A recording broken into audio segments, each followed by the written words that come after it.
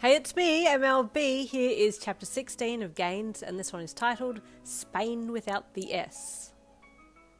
So you finally found your voice, huh? He said lowly, not letting you see his face. What? What do you mean? You asked through a teary voice. You hate stuff, right? He grunted. You hate your dad. You hate your past. You even hate yourself. You're always holding back and it pisses me off, he growled, finally venturing to look at you. You blinked at him. What he had said was true. Did he really know you that well already? How had he picked all of that up? You hummed, not sure of what to say back to him. Go, he then said, letting your wrist go and shoving his hands in his pocket, and then looking away to the side. I don't want to fight you anyway, when you're like this. Come back when you're actually ready to take me on. This is boring, he added, turning to the side and giving you the side eye. What he said hurt you, and you turned away before more tears could fall. Bakugo could tell you had taken what he'd said the wrong way. He was trying to be encouraging, but his tsundere ass just couldn't quite get the line out in an encouraging way, and instead it sounded like a loathful attack. He watched you hurry out of the training area with a heavy heart. It annoyed him that your emotional state could affect him this much, and his usual scowl deepened. Damn it, he growled at the ground, throwing an explosion at it for good measure. You really didn't know what to think. You had hastily made your way back to Heights Alliance. You thought that maybe Bakugo really was a good guy underneath it all, like what Kirishima had said, but now you weren't quite sure. I really do need to get stronger though, you thought as you walked into the lobby of Heights and got into the elevator. Ah, you hissed as your brain finally caught up with the pain signals that your body had been sending you during that training session. You got to your room without seeing anyone else and let yourself in. That didn't go well, you thought as you wiped your eyes on your sleeve and closed the door behind you with a sniff. He's in the same class as me, so I can't even avoid seeing him. Slowly you walked to your ensuite and let yourself in and then closed the door behind you. Still feeling down about the whole Bakugo thing, you decided to wash the sweat and dirt off yourself at least, and then sort something out food-wise. You definitely needed something comforting after that interaction. Once Bakugo had let out his frustrations a little, he walked over to pick up his bag and head to his room, but stopped when he saw your bag on the ground there as well.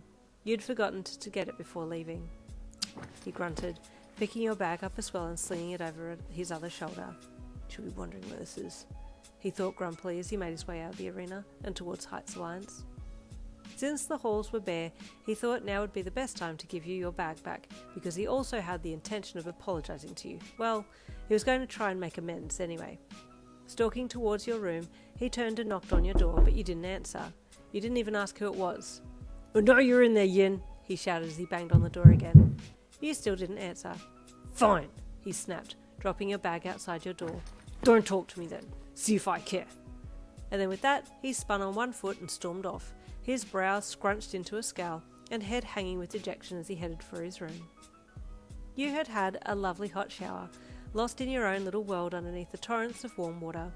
Life was looking up a little while you were in there. Nothing else mattered at that point.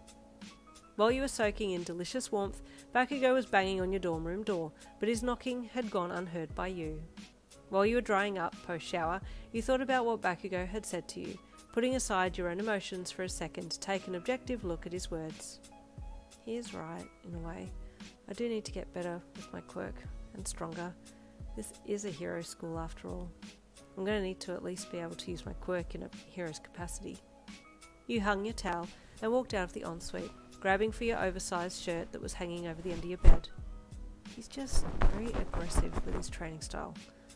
I wonder if Kirishima could help me? You wondered, your demeanour brightening when you thought about him. Putting on the rest of your clothes and a jumper, you opened your door to leave your room, but almost tripped over your school bag sitting on the floor there. Oh! You exclaimed with surprise as you barely avoided falling over. What is... Then you remembered that you had left it behind at the training arena with Bakugo. He must have brought it up here for you. A small smile played on your lips. That was nice of him to bring it up, you thought as you dragged it into your room and then left to go and chat to Kirishima. Off you walked down the hall and around the corner to Kirishima's room and knocked softly on the door. Yeah? Kirishima called from inside the room. Hey, it's me, you called gently. You heard him get up and come and open the door for you. Hey Yin, he greeted brightly, opening the door all the way out for you to enter. You gave him a little smile and walked in, looking around again at all of his workout stuff. What's up? He asked, gesturing for you to sit at his desk.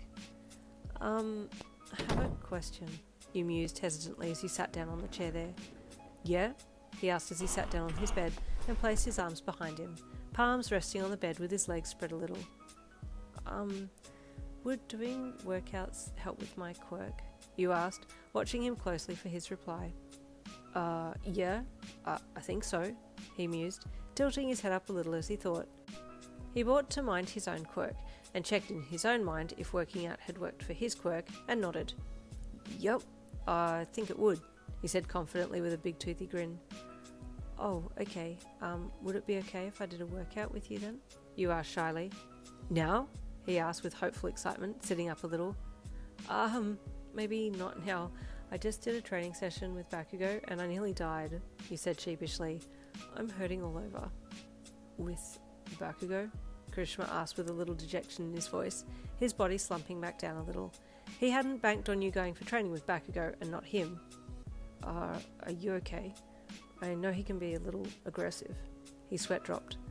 I got hit a few times by his quirk, you admitted, and he kind of said some things, so I left. But I do want to get stronger. What did he say to you? Kirishima asked, sitting up a little more again, as if he was angry.